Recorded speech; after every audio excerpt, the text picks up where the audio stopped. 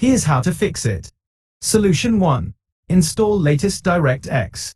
1. Visit the Microsoft DirectX download page, link to Microsoft. 2. Download the web installer and run it. 3. Follow the on-screen instructions to install the latest DirectX version. 4. Restart your computer and try launching Wuthering Waves again. Solution 2. Verify Wuthering Waves files, if applicable. Some game launchers offer a file verification tool.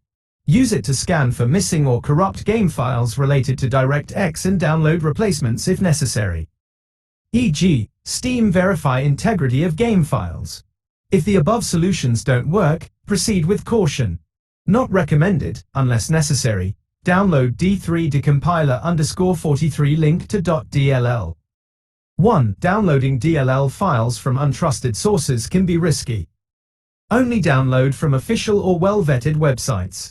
2. Locate the appropriate version of the DLL file, 32-bit or 64-bit, based on your system. 3. Place the downloaded DLL file in the correct system directory.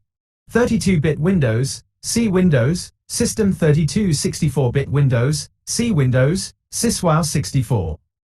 4. Important note. Downloading DLLs from untrusted sources can introduce malware or system instability. Only proceed if comfortable and confident about the source. Additional tips.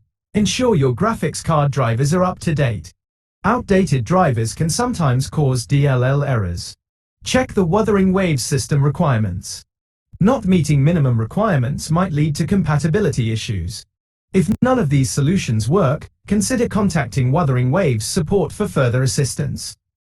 They might have specific troubleshooting steps for the game.